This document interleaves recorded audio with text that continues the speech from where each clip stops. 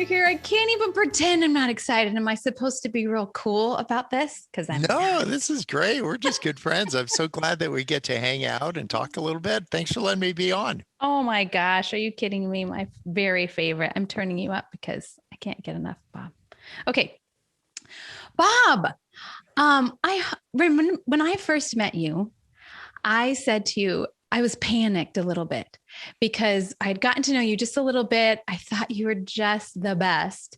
And we were saying goodbye. And I said, I have so many questions and I don't know which one to start with. And that's how I feel now.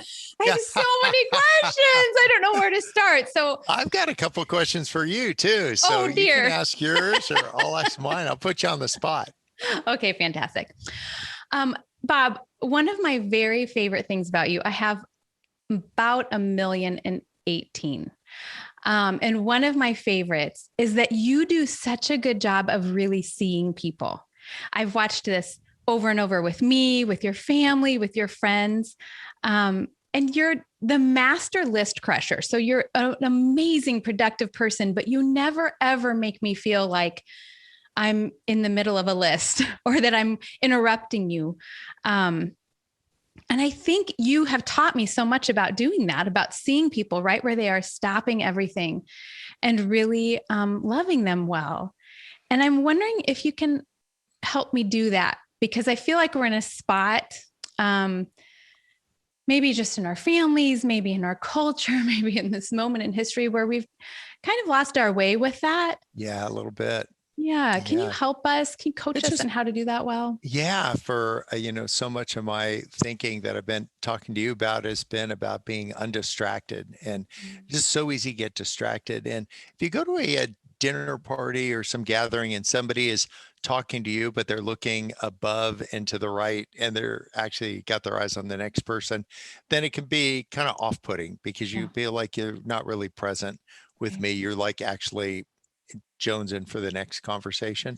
And so I think if we can just be fully present, and that's hard for me to do too. I can be enthusiastic like the Enneagram 7 and like, yeah, let's do this.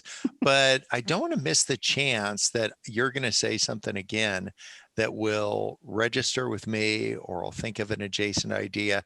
So being really present, do it for all these selfish reasons, which is like you'll learn some more. So I'm a big note taker. Like I'm always writing notes of things so I can circle back to them.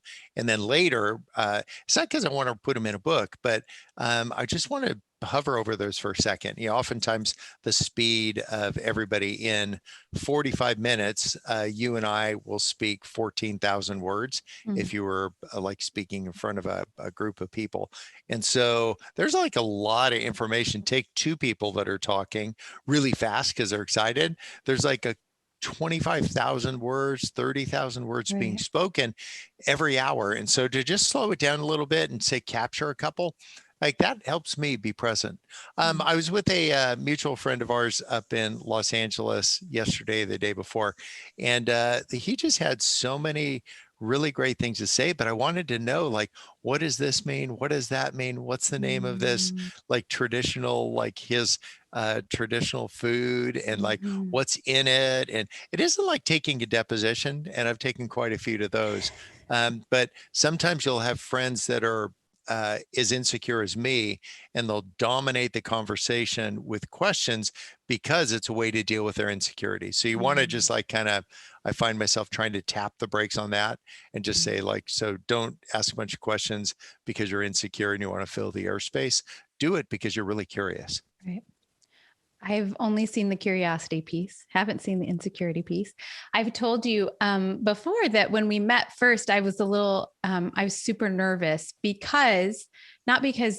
not because you're the famous Bob Goff, but because I've met other heroes of mine and ended up walking away from the conversation and thinking, oh, I wish I would have just read her book or read his book. I wish I had talked with them in person. I went to a Kenny Loggins concert and felt that. He was just saying, let me tell you a little bit about this song. And I'm like, no. And like, no, that's not what the song's about. I'm like, oh, rats. Totally. Yeah. Yeah. Well, you were not Kenny Loggins in a lot of ways. I haven't seen you ever do a herky jump with your guitar. And also, you were so much better than I mean, I loved your book. And then you were even more full of life and more kind and more of just what you were talking about, just the slowing down. And so you're such a good teacher of that. And I love it also that you are just full of energy. We have noticed. For Yes, example. I think we share that DNA, that hanging chromosome or whatever it is that makes us just like amped. And then again, to know like that it comes from a place of curiosity and like just all good things, not like kind of medicating your anxiety with a bunch of activity. Action. But to just say like, oh, I know where that comes. And for those that are listening, that faith is an important thing to you. It's Hebrews 12:1. It's like, since we're surrounded by this great cloud of witnesses, just think of the people that are around you, all the people. And then you can even think of like, the angels up in heaven leaning over the rail to see what's going on. And while God knows everything that has happened, is happening, is going to happen, the angels don't. And so think of yourself as dazzling the angels, right? What dazzles God is obedience. What dazzles the angels is you being you. And so, this is Hebrew 13:2. I'm a Bible verse guy. Well, you wouldn't guess it from reading my books. And we've spent some time talking about that as well. I think you share this. Like, I'm not trying to write books for the folks that are already have decided things. I want to write books for people that are still making up their minds. So this 13:2 says that be like hospitable to the sojourner. So like that person that you're meeting or talking to, because you might be entertaining angels unaware. So I'm just, to my point, I'm like, dazzle the angels by actually being present for a conversation. Don't be two conversations ahead or behind, just be right there. Right. Oh, I just love that. I feel like that's a constant pushback that you're talking about that in a culture that really doesn't honor that very well. So we just have to make our own way. And I watched, it's been super fun for me to see how you talk about making space for the things that matter, even in a busy life. You talk to a lot of gunners. I've been with you before, with movers and shakers, people who have a lot on their plate and you're a gunner. You've had a beautiful life and have done a bazillion things. And for anyone listening who hasn't read all of Bob's books, I'm transitioning from pitying you to encouraging you to go read them immediately. You talk about a lot of those experiences in your books.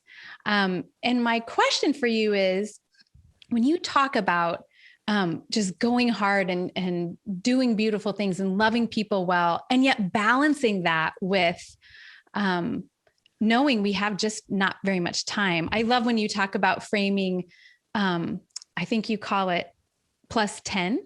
Yeah. So you look at 10 years from now, what are you going to look like? What's your life going to look like? Talk a little bit about that and how we can remember that in the daily. Yeah. So add 10 years to your life. If you're 30, say, what's 40-year-old you? And if you're like me, a 62, what's 72-year-old you? And it just like same number of freckles, more wrinkles. But I want to be like, hopefully more mischief, more activities. I want to ramp up and go out in a huge crescendo, like at the end of the fireworks when they all go off. They're not like leaving anything, just light the fuse, get them all up there. So that's what I'm not trying to be stingy. I don't want to leave anything, left over. Yeah. So the whole idea is to think of that just realistically, that 10 years from you, this isn't just a planning tool, but it's like you'll be a much more mature person in 10 years. Like, so that relationship that was kind of wonky in 10 years, that will be in the not even recent past. You will have the things that are distracting you, like your taxes that you should have paid or could have paid or might pay. Like you're either doing time or you paid them, So, so all the things that are like kind of current events that are the distractions in your life will have settled out. And then hopefully you'll find yourself with fewer distractions. So, you know how you meet a man or woman that is well along in years, and they have this kind of statesman-like approach to things. They're just they're not being like politically correct on things. They just have seen in the arc of time so many things. They just aren't getting whipped up about it, and they can be fully engaged. They just have a cadence about them. So I would say live beyond your years. Like just add 10 because it'll be a better, more humble version of you, a little bit more focused, a little less distracted. So at 72, I just go like, well, what will matter? I'm like, well, probably grandkids. My kids will be in their 40s then. So I'll be thinking about like, so what does that look like for them? What are the things I'm doing right now? What are the places that I want to make special? You and I spend a ton of time with friends at a place called the Oaks in Southern California. I've spent some time in Canada at a place. And then, so there's a couple different places I spend time, but that's all really strategic. There's a guy who's a leader of a country, and his grandfather was the leader of the country before him, and his great grandfather was the leader of the country before his grandfather was. He has a son, and his son is in law school under another name because there's some tension in the region. They want to kill him. He moves every 3 weeks. He moves to another place. But answer this question. It's not like a difficult SAT question. If the great grandfather was the president, then the grandfather of the president, the dad's the president, who's the next president? I'd say the guy in law school. So living 10 years ahead, it's not just this jonesing for this bastardization of friendship, called networking, but to actually be friends. It's just nothing on the other side of the equal sign. You're not trying to do this, you could leapfrog that, but to be strategic and to say, this will be a person that leads millions. And so wouldn't you want to be a good friend, not taking selfies kind of good friend, but just like a friend and supporter, somebody that they could count has been their friend for 20 years. And those are the moves that I hope will come from people living out in front of themselves, to say these relationships that will matter. Jesus picked unschooled, ordinary people and picked a couple of those. And he also had a relationship with the leaders. He was usually passing by the religious people to get there. And I'm not throwing that under the bus. I'm just saying like the way that Jesus chose to live out life. And so I think I'm not spending a lot of time in the places he didn't spend a lot of time. And I want to spend more time in the places that he spent more time. And so I'm getting there. It's not rock, paper, scissors, but it's this strategic whimsy. It's whimsical, but there's a strategy behind it. There's a reason, because those people will affect millions. So I want to have any kind of influence that's positive in their life. Yeah. I've seen you do that over and over, and I've seen you cultivate, just really tend the ground under your friendships, which is just a beautiful thing to watch. And I think you have been super strategic in that. You have a lot of people asking for your time, and you're very generous with it. And yet you also do a really good job of looking at those few people that have known you for a long time and have loved you for a long time, and you want to pour into them so that in 10 years, that's all really healthy ground. And maybe running towards some people where things they're kind of a penny stock right now because they had a big public mess up or even a bigger private one. That would be strategic to just say, to be there. What a great time to be Switzerland, like this place where you're just safe. Nobody's going to hear anything about you from me. They'll hear great things like you're terrific, but you don't have to drop somebody's name or do whatever. You could just be Switzerland, because they know if you're not talking about them, you're not going to talk about anybody else either. So that's kind of nice. I think those are the ambitions that think of character instead of career. And I think sometimes it's easy to think where you are in your career right now. And I understand. And in addition to that, to say, what are your characteristics? I'm 62. I'm still trying to deal with like being impatient. So there's a good kind of impatience. It's kind of like good cholesterol and bad cholesterol. So I couldn't tell you what it is, but one will kill you.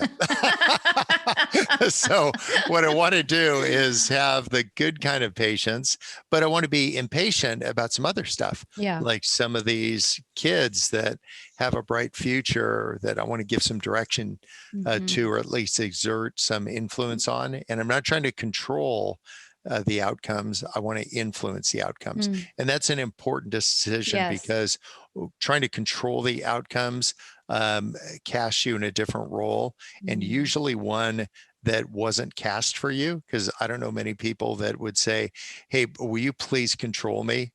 Even my friends at San Quentin are digging the guys with the guns that have control over them.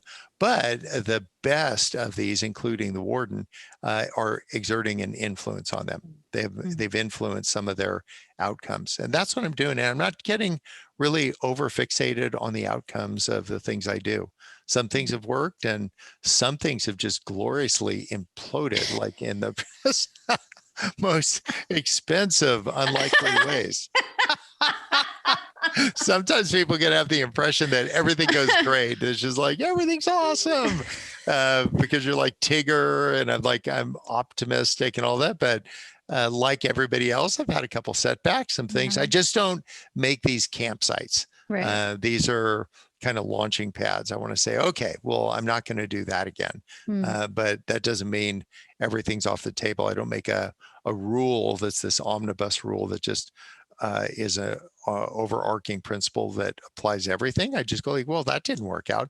I once tried a thing, I think you know what it is, but I tried a thing back in Washington, D.C. I bought this place and it worked for a while, right up until it didn't work. And it didn't work in a spectacular way. Like a 7-figure spectacular way. It's like, didn't work. And it wasn't like I was sitting on bags of money just thinking, what should I do with all of this? Yeah, right. Just a dude with a job. I'm like, oh, rats. Like I had just so many alternate endings for that. And there was nothing in it for me. I wasn't trying to start a business. I just wanted these people that weren't getting along to get along. And then it didn't work and they still didn't get along. Yeah. So instead of like blowing this off and saying like, well, I will never risk again, I'll never love again. Like instead to just say like, well, I'll never do that again. And so it was a great idea at the moment. And then it just kind of morphed into like not a viable idea. And if you're listening, you'll have some of those things. But don't make a stupid rule that says, I'm never going to do anything again. Just say, well, I'll try to do less of that. But I'm still going to risk. I'm still going to try. I want to fail trying. I don't want to fail watching. So good. You and I are coaching lots of writers right now. And that's a refrain that we are giving to them, that, you know, every agent won't love your book. Every editor won't love your book. And then we keep moving on, right? Maybe that person just really had a horrible burrito that morning. It doesn't mean your book is worthless. So talk to us about how to, in that moment. So in the Washington, D.C. moment, it sounds like you had a great perspective to just keep moving on. But there are lots of folks listening who are in that moment right now, and they've been pushing toward one particular dream or one particular project. It's just not working. How do you know what to do? What do you do then? Yeah. So I would just get real with it and just shout into your pillow if you want. Like cuss words don't seem to help me, but like slugging a wall won't help. It'll just like make you do drywall repair. But I would find like a less violent way to deal with your emotions, but get real with them. Sometimes get a counselor to just say like, wow, like whether there's a relationship that got wonky or a business thing or a hope and ambition, but find some people and get real with it, because you got to see it, before you can understand it. You got to understand it before you can try to fix it. And so for faith is important to you. Like, don't say this, I'm bringing it all to Jesus, but you don't know what's in the bag. Yeah. Like, so don't just bring Yeah. a duffel bag of your ish. Like what I want to do is just say, I'd rather have a tea bag of clarity, than a duffel bag of grievances. Absolutely. Like to just say, so this is what I understand about what just happened. There's a whole bunch I don't understand, but can you help me understand more? It would be like saying, help me with my disbelief, like one of Jesus's friends, like, I believe, but help me with my disbelief. Yes. And so these things can like coincide together. How could you believe and not believe at the same time? I'm like, easy, be me. Yeah, totally. Like, that's me. Tuesday. That's where I live. Yep. There's some stuff I'm feel really confident about, and other things I'm just befuddled about. But I don't let those things that I don't understand stop me from creating. So I'll just continue to create. And again, I'm going to do this, but I'm not looking for permission. I'm not looking for approval, and I'm not looking for validation. Right. And so if you could, like, maybe if you're listening, kind of ping your idea and just say, I haven't done it because what's going on is I'm looking for permission from my friends or my, 5 most insecure people around me to say that's okay. Right. Just like to say, like, this is what's going on. I see it. Now I understand. I'm doing that because I haven't been surrounded by the kind of people that have told me that this is great, things might be possible. And I'm not just saying like Tony Robbins, walk across the coals, it's going to be awesome, but just authentic people that say, I know who you are, I know what you're good at. And then do a little self-reflection. Like you and I, for our coaching clients, we explain to them right away, I'll be like U-2 spy plane at like 60,000 feet, edge of the earth. And you'll be more like crop duster. You're going to be right down there in there with them. And if we swapped roles, it just wouldn't go that great for them, because I'd be doing something I'm not very good at. I think you could do the high level stuff, but I'm just not that good at the low level stuff. That doesn't inspire me. And so, well, I respectfully disagree, but go ahead, because you're the guest. Yeah, but just like find your groove, find what you're good at, but don't be limited by your capabilities. Yeah. Like, so I'm a lawyer in evidently several states, and that just means I know how to pass the bar exam. But just because I have a piece of paper that says I can do it, it doesn't mean I need to do it. Okay. And so I've just kind of pieced out on all that stuff. It wasn't because I struck it rich or won the big case and am independently wealthy. I just felt like, I felt like I've kind of done that for a while and I like it. It's fun enough. But I just felt like I had another gear. And a lot of people that are listening probably have another gear. And I would say, why don't we? You get 27,373 days on a good day. That's what you get, average lifespan. And to say, it sounded like a big number until I had about 24,000 in the rearview mirror. I'm like, rats. So time's a ticking on that 27K. Yeah. So maybe some of you are deferring things that you haven't just dismissed them, you've deferred them. And dismissing them, at least you were decisive. You said, I'm not doing that anymore. But deferral is a little bit more insidious. It just means I'll think about it later. And wow, we're burning daylight. So I would say, why not think about it now and then just put it in the dismiss it column? I ain't doing it. Or all in is the cannonball column and say, I'm just doing it. But deferral, if you were each to reflect on this, or what kind of things am I deferring? And some things need to be deferred, but most things don't. They need to be dealt with. Oh, that's so good. I watched a micro version of that, actually probably macro, within the last year and a half, as you have pivoted like a really tall ballerina right in front of me. You should see me in a leotard. There's some things you just can't unsee. Defer. And that would be just not good. Well, I haven't seen that, but metaphorically speaking, I totally saw you do that, because you went from a lot of just a road warrior, just days and days on the road and speaking to thousands of people, and then switched and had to switch, but did a beautiful switch and kind of made that circle smaller around home. You started the Oaks, opened that up. You went from writing on the tray table of a 737 to probably in the chair you're sitting in right now. And so I've loved having a front row seat to that, because my personality is very much like, okay, we're going to make the plan and this is the plan. And then the plan goes all over the place. And I got to see you pivot with your plan. So talk to us about that and how to do that well, instead of holding on to the wrong things. I mean, we were kind of all forced into doing some different things within the last couple of years, but how do you know how to do that so well? And how can we do that too? Yeah, I think we're all learning together. What I found at the, if one thing seems to be closed, some people in faith communities talk about open and closed doors a lot. And I'd rather go like Texas and shoot the hinges off. I mean, like, whatever.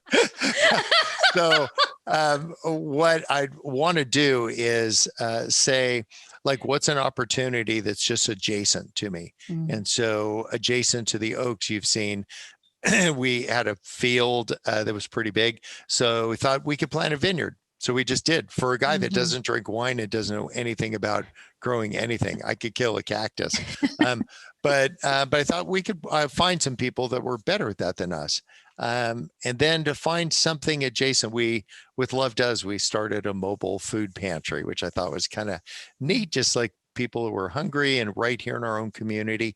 But then we got onto some guy who was selling his chicken farm. And I didn't know anything about chickens. I couldn't draw a picture of one. I mean, I get it, it's got a beak. But other than that, and these eggs, I'm like, I just did the quick math, like, that's a pretty big egg to come out of, I don't know what orifice, but it was just like, ouch. And so this chicken farm produces 60,000 eggs every single day. That's a lot. That's a lot of ouches. Yeah. So now we've got this chicken farm. It looks like it's closing in the next week or two. And it's awesome. So you start with an idea, let's deliver some food to people. And then you find an adjacent idea like, well, what if we make a lot of food, not just buy a bunch of cabbage, but give people a lot of eggs and see what would happen. And I'm sure our members of the community, their cholesterol levels will be spiking. But it just seemed like a pretty good idea. And I've told you more of the details than I know. Like, you don't have to have a big elaborate plan. If you are prone to having big elaborate plans, then mazel tov, like, do whatever works for you. But for me, I've just found like a really good idea is catnip for other really good ideas. Yeah. You got the truck, and then that's catnip for the eggs. And now I'm the chicken dude. And then you'll find something adjacent to that. And I don't know what that'll be, but to have your head on a swivel and to say, what are the opportunities God has brought my way? And this isn't, I'm not thinking in terms of business, because I'm like, I don't want or need a day job. What I'm thinking about is making a difference. Like, so will this move the needle? Is this viable? Is this something that could like sustain itself without a lot of distraction for me? And I looked at all the conveyor belts they have, and so light is, I don't need to lean over and pick up 60,000 eggs. Evidently, they go into conveyor belts and they stack themselves, and that's crazy. Wow. It's all automated. Crazy. Yeah. You're teaching me all sorts of stuff. I'm from Iowa, which used to be, until recently, I think, the egg production capital of the United States or something like that. I think that was a Trivial Pursuit question, so I'm not sure it's exactly true, but we have a lot of eggs here. And I didn't know about the conveyor belts. I do know they smell really bad. So it is not adjacent to the Oaks. But here's the crazy thing. These are kind of like a free range thing, so they can all run around. The reason that makes sense is California changed their laws this week, where you can't have a chicken lay an egg in a cage. Yet all the chicken farms all throughout the state and every other state, they're usually in cages, but you can't even import a chicken egg into the state of California that was laid by a chicken in a cage. Yeah, I'm not sure how they would like double check that, but the whole idea, passport. But one of the things that it did is that if your head's on a swivel, then you'd go like, wow, this would be a really neat opportunity because that just cratered the whole market for this. But there's a Right. guy with a chicken farm. It doesn't have any cages. So I'm like, this thing will be in I'll take demand. it. So Yeah. that kind of idea to think, don't get so far out over your skis that you're distracted by those things. But when you see an opportunity to say, is this going to take me away from or more towards the kind of like core purpose of what I want to be about? Hungry people, thirsty people, sick people, strange people, naked people, people in jail, widows and orphans. I just covered Matthew 25 and James. Like those are the 8 things that I want to be about. And if you're listening, you'll have your 2 or 8 or 20. I wouldn't have 50 things because it'd be hard to manage that. Yeah. But to just kind of figure out what you're about for now and knowing that you'll always change, then get your head on a swivel. Say, does this move me more in that direction or further away? And then just make some bold moves. If it doesn't work out, guess what? I'll just sell the chicken farm to somebody in overalls. And then that's what they've been asking me. Like all the people that have been like affiliate be like, dude, like, why do you want a chicken farm? You clearly don't know anything about chickens. I'm like, I know. Isn't that awesome? Wait till they see you in your leotard. Yeah. That's really going to mess with them. Yeah. I'll meet you in the vineyard. I don't know anything about either. We'll go down by the horses. I have no idea about them either. But to not let your core competencies or some professional licenses you might have push you around. Like this is a long way from being a trial lawyer, but it's a more current version of me. It's so good. I just love all of it. I love the versions of you. Bob, I want to know, do you ever get burned out? Yeah, I do. I actually get like sometimes it feels like a little much. And so I don't get around a lot of people when that happens. I'll just kind of bring it in and just like kind of let it settle down.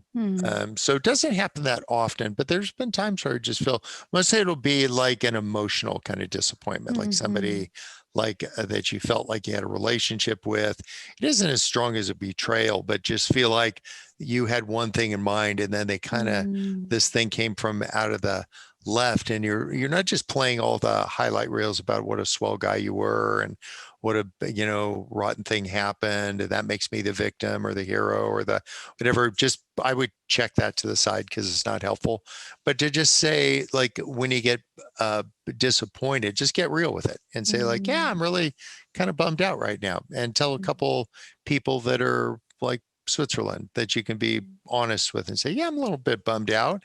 You don't have to speak ill of anybody. Like just say like, yeah, just kind of sideswiped by this thing, and then continue on. Like to just get real with it, see it, and then try to understand it. And there'll be some parts that you can and some parts you can't.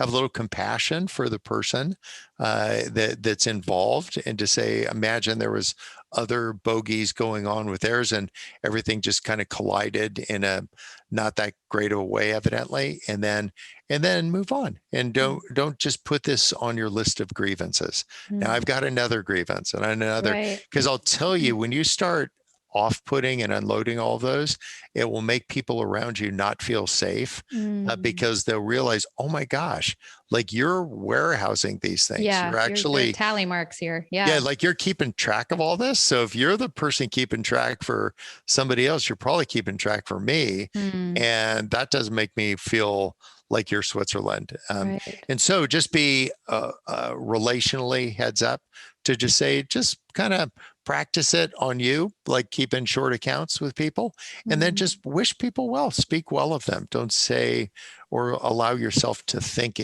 these things because it's not helpful. Just say, move on. I got a lot to learn, man. I'm work in progress, got lots of rough edges, some difficult things. Hopefully will help me sand those out. But I just don't want to walk through life with a bunch of grievances because that'll become just a big distraction. Right.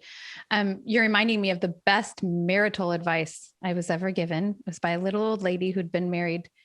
I mean, I think she said 60 years. Mark and I were just early married at this time. And I said, what's the secret to such a beautiful marriage that's so long? And she said, assume the best and never assume the best and don't keep score. Never keep score, because if you're making your tally marks, he's making his, nobody's winning ever. And I've seen you do that with Maria. You have a beautiful marriage with Maria. I'm happy to report, everyone listening, she really is sweet. Bob didn't make it up. She really is sweet, Maria. She adores you. Oh, Yeah, I love her. so it'll be 35 years on August 9th. Yay. And so what I want us to do is to say, okay, how do you go deeper, further, better with all of your friends? And so whether you're married to somebody or you have a posse of close friends, and take some advice from Paul about his buddy Timothy, and take a genuine interest in people. Kind of flip it, like we have some delightful women that help out and keep everything on thing, but don't just have somebody over to do the task. Like, get them some water, get them a Twinkie or something. Like, you just like that idea. Again, I'm back at Hebrews 13, right, to just think of them as angels that you're entertaining unaware, and that idea to consider others more worthy than yourself. And we don't always hit that, but we can all aspire to that. Yeah. Oh, it's lovely. I've seen you do that. I've seen Maria do it too. And I have a selfish question. After watching you with your kids, how do I have adult children who still like me? Because you do. You've done such a good job of that. They really like you. Yeah, credit to them on that, because I no doubt can be difficult. Just because I'm like, Tigger, I'm off to this, off to that. I'm going to do this. I'm not spending a lot of time building consensus. I'm like, I think I'm jumping in a truck next week to take it up to Canada. And it's just like 40-hour just slog up there. But I really think they're so used to that. So one of the things that occurs to me among many is that I don't require them to jump into the things I'm doing. Just because I'm doing something, I don't say, hey, like show of loyalty here. So I just do my thing. And so some of them each has come to me on one trip or another to either Uganda or Afghanistan, Somalia. Like, so they've come if they wanted, and they all know they're invited and come on anything I'm doing. But I'm not trying to say, well, this is Team Goff, and so you are part of this, so you must be. So I don't presume that they'll be into what I'm into. And then number two, just lots of common experiences. The more that you have in common, when they started, I think that when they were kind of like your kids' ages, like we had them navigate everything. If we land a new place, they would change the money. They would figure out how we get somewhere. They would whatever. And that was really kind of neat. And so I think we've been handing over a little bit more of the rope in their life. And then probably, I bet it was 10 years ago, we handed them the other end. We said like, yeah, this is go do your thing. And everybody left and went to college, but then they all moved, and they're about, let's see, Adam lives probably 2 minutes away. Richard lives about 4 minutes away, and Lindsay's the outlier. She lives like 10 minutes away. I'm like, what are we, chopped liver? But I could tell you, like in a normal day, like Lindsay's been over this morning for a couple hours with her son, and then like I'll see Adam this afternoon. I'll bump into Richard. So most days we'll just see each other. So I would say being in proximity, but not insisting or being presumptuous. So the proximity without the presumption. Yeah. Oh, that's so wise. I could see some folks doing that better than others. And my parents have done such a good job with their adult children. So I love that modeling. And you've done it so great. Okay, Bob, before I let you go, I need to tell you, hopefully without crying, I just adore you. You have been such a great friend to me. And I've been so grateful from the first time I met you, and then you just let me keep peppering you with questions. And here I am still years later, peppering you with questions. Co-conspirator. It's been so fun doing these writing coaching together. And then for those of you listening, Kim comes and leads these like retreats that we have for people that are writing. And I just really like how we, and a number of people have said that we're just approach the same thing differently, but it's kind of harmonizes with one another. And when you find that in your friends, whether it's a project that you're working on, or you just harmonize with them like a common interest, something, go deep, keep those people close. Don't always just do business. I'll just call you up just because I want to see how you're doing. And you'll do the same. Just show a genuine interest in people, Right. like all the different pieces. And with things will get wonky every once in a while with, if you maintain many relationships, Mm-hmm. but don't just make that the defining characteristic. Right. Don't be beating yourself up saying, Mm-hmm. I must be lousy at whatever, because and I'm telling you, that is not what the creator of heaven and earth thinks about me and you. He calls us beloved, even when we screw it up. Right. And that isn't a hall pass for more screw ups. It's just an invitation to live into the next version of us. So good.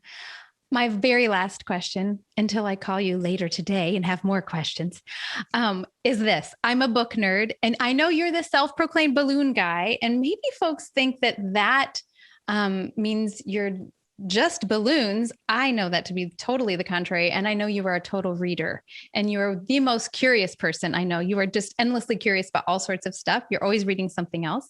So my book nerd question has two parts, Bob. Number one, what's a book that you recommend over and over to people? And number two, what's one that you haven't read yet and can't wait to start?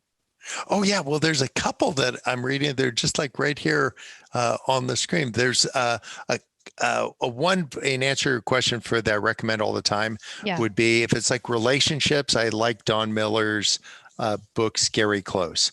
I think that's a terrific one. He already also wrote a book called A Million Miles in 1,000 Years, which is only 10 miles an hour, which is funny. It's a long name for a book. If you want like an inspiration, like Marcus Aurelius, is just like one of the most powerful men on earth at the time. And he wrote down, he didn't set out to write a book. It's called Meditations. And they are meditations. It's just Marcus Aurelius writing about life. Okay. But he was, although he was the most powerful man on earth at the time, he was writing about the power of humility, the power of learning, the power. So to find something, I'm a big fan of getting kind of reading outside your zone, even though like faith is important to me. Sure. Like I would read books that are outside of the normal Christian genre of books. So those are the ones. And then find something that's interesting. Masada is this famous site. It's just out of view, but I'm reading a book on Masada because I want to take my grandkids there. It was this famous Israeli stand against the Romans invasion, and it ended horribly for everybody. But there's just so many stories of courage and resolve, and they came out of that. So I would find some books that are just really easy reads. If that's Archie comics for you, that's awesome. Or like Love Does feels like Go Get a Puppy, kind of like just like an easy read. Some Tim Keller books might be like challenging, but I wouldn't find that to be what I'd want to do with my free time. I want to jog loose an adjacent idea, and then I want to write about it a little bit. I'm hoping to get a fresh perspective. Jen Sincero is not going to be preaching at any Baptist church anytime soon, but she wrote a book called You're a Badass. That would be an example of an adjacent book that would maybe call it challenging and say, I might not express an idea that way, but what would be a great pulse on contemporary culture and a worldview that you may not have been exposed to by somebody who's a great writer, but has a different worldview than you. So I'm not looking for affirmation or validation of my views. What I'm trying to do is understand, how do people see the world right now? And then find finally just something that would light you up. I've a vineyard. I don't know anything about wine, and so I'm reading a book called Cork Dork. It's a great book. It was a journalist who wanted to be a sommelier, and so this journalist is really funny and just describing how affected people that talk about wine stuff are. But in the process of poking them, is also illustrating some really beautiful things about people that are into it. I'll still always be a Dr. Pepper guy, but I'm happy fermenting it for somebody else. I just don't care for the taste. But maybe that'll change. I think the more I find out about what's growing right behind my house, the more complete I'll be. And that feels like beautiful symbolism. Like find out what's growing in your yard and learn about it. Lovely. And yes, I have 3 teenagers growing in my yard who are currently looking through the door right now and waiting for lunch. Oh, And that's so awesome. We'll give them high fives all around. I will. Thank you, Bob, for joining me. You are a total gift. Give my love to sweet Maria, and I can't wait to see you soon. Yeah, great seeing you. Bye, Kim.